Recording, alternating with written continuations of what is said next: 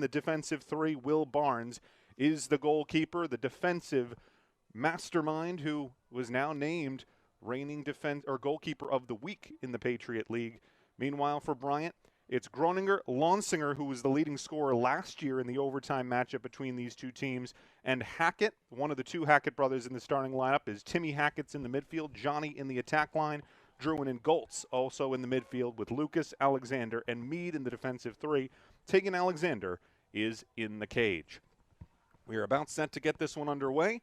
Face-off X is the setting as this one is underway. Bryant comes out with the opening draw.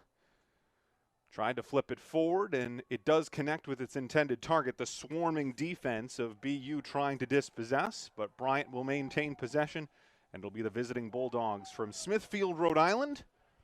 About an hour and a half drive, if that. And on the face-off X, a whistle will sound. Looks like we're going to get a push-off against BU. Bryant is claiming the ball. I believe they're going to get it. It was 16-15 last. Perfect pass to the grad student. Pair of graduate students connecting on the goal. Perfetto, now his 8th assist to go with his 8 goals. Team leading 16 points. And we're just entering our 3rd game of the year for this BU team. Started the season with a 14 win for 2-1 Bryant here on ESPN Plus on a cold Friday afternoon, but the sun's still shining. It will set by the time this game is finished. But back to the face-off X we go as Matthew Fritz does battle with Nathan Laliberte. You see last season's thriller. We've mentioned it multiple times, the 16-15 overtime victory on the road for BU. But it's a 1-goal lead off percentage, and it looks like we're going to do it again. Yeah, 193 for 325 on those face-offs. Came up with 12 ground balls against the Friars in the season opener. So they go to Calderone, do the Terriers over Fritz for this one, but so far no one has had an answer for Nathan Laliberte as he takes it. And the face-off numbers grow in Bryant's favor as they look to extend this lead that currently stands at 2. We'll see. He's a defensive coach, and his defense needs to shore up, but they need to start winning some face-offs as Calderone once again gets ready to battle against Laliberte. So far, it's been a quiet day for the most part for Tegan Alexander in the Bulldog net, and Will Barnes has not had to do much other than pick the ball out of his own. Another win for Laliberte, and that's going to be a man-up opportunity. Once this one eventually does get called, it's a delayed penalty against BU. So Bryant already with the momentum. You can hear that bench. And we are about to start this second quarter from Nickerson Field here on the west side of Boston. My name is Mason Stelf, Paul Lambert alongside me, and it is a 4-1 lead for Bryant over the 15th-ranked BU Terriers, and it's another face-off victory for Laliberte and the Bulldogs. That's been the story, and it continues to be the story. Yeah, Laliberte, so it's now 7 for 7 on face-offs in the first shelf, it looked like. And the Bulldogs start off the second with a goal. And again, off a face-off when that whole possession starts. Here's another one. 8 for 8 is Laliberte in the face-off X. The only real way to stop a run is to win a face-off if you can't get the defensive stops. It's all about changing angles. Have the shot angle low but go top shelf, or go high and spike it. And BU almost had their first face-off win, but coming up with a critical ground ball is Cole Garvey, but it's still loose, and BU is able to force it back. Now they try and escape with it. And that was a big swing of momentum as it looked like Garvey had it, and then the stick check dispossessed. First 20 minutes and 30 seconds here this afternoon. It has been a difficult start for Kim DeGoler and Morrison as the loose ball picked up, and it just feels like the balls are finding their way to the Bulldogs more often than the Terriers as scampering over to pick it up. That first goal cutting the deficit to 3. Now it's a 5-goal lead for Bryant. This is a BU team that they've scored a lot. They scored in double figures in all but one game last year. Just one time. They scored at least 8 goals in every game last season.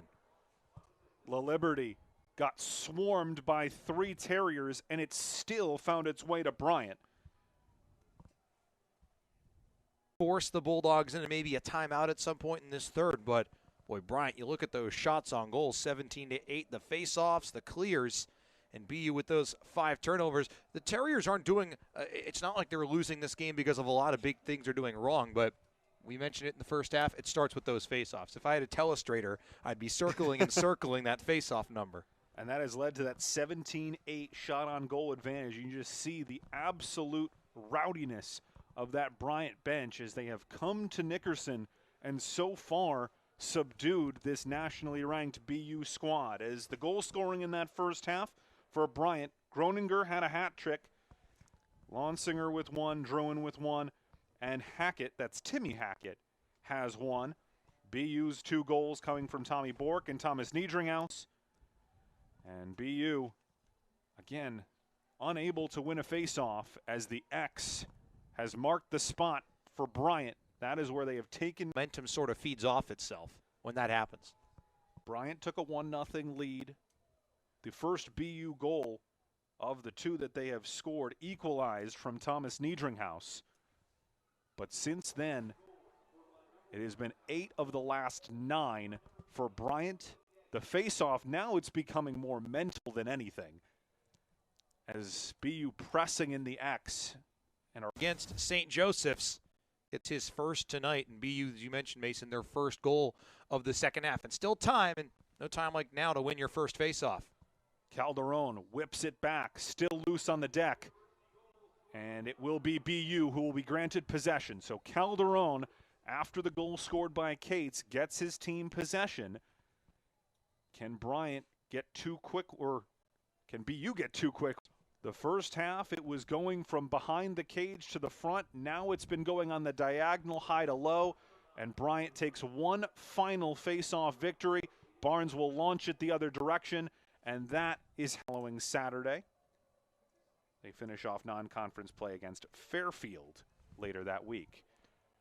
We have started the fourth quarter. BU will... So it's 10-4, and now the other side of the run that you need. You need goals and face-off wins. They got the first, but the second has been so difficult to come by, as you can select a lot of players for potential player of the game. If Bryant in front, tough non-conference schedule they've got to start the season before going into a deep America East and continue to win the face-offs. But you a team that's good on face-offs as well. This really a surprise.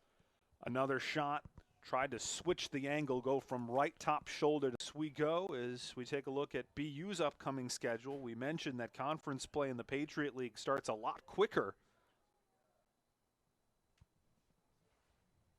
I'll talk you through the schedule at the very least. Harvard is the next opponent for this Bulldogs team.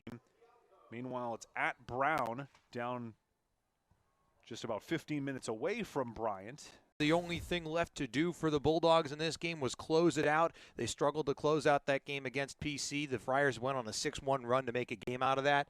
That has not happened here this evening. Face-off violation against the Terriers. Just been a tough day in the X's. Matthew Fritz, they've tried Calderone. They've gone even deeper into their bench, trying to just find a couple of face-off wins. They've won 3, but that's number 18. Kelly, who had a hat trick against UVM. And then a face-off win as that one bounced behind. It was Perfetto on the assist, so that is his 4th point today. That is number 200 as well for Louis Perfetto. It looks like it's going to come in a losing effort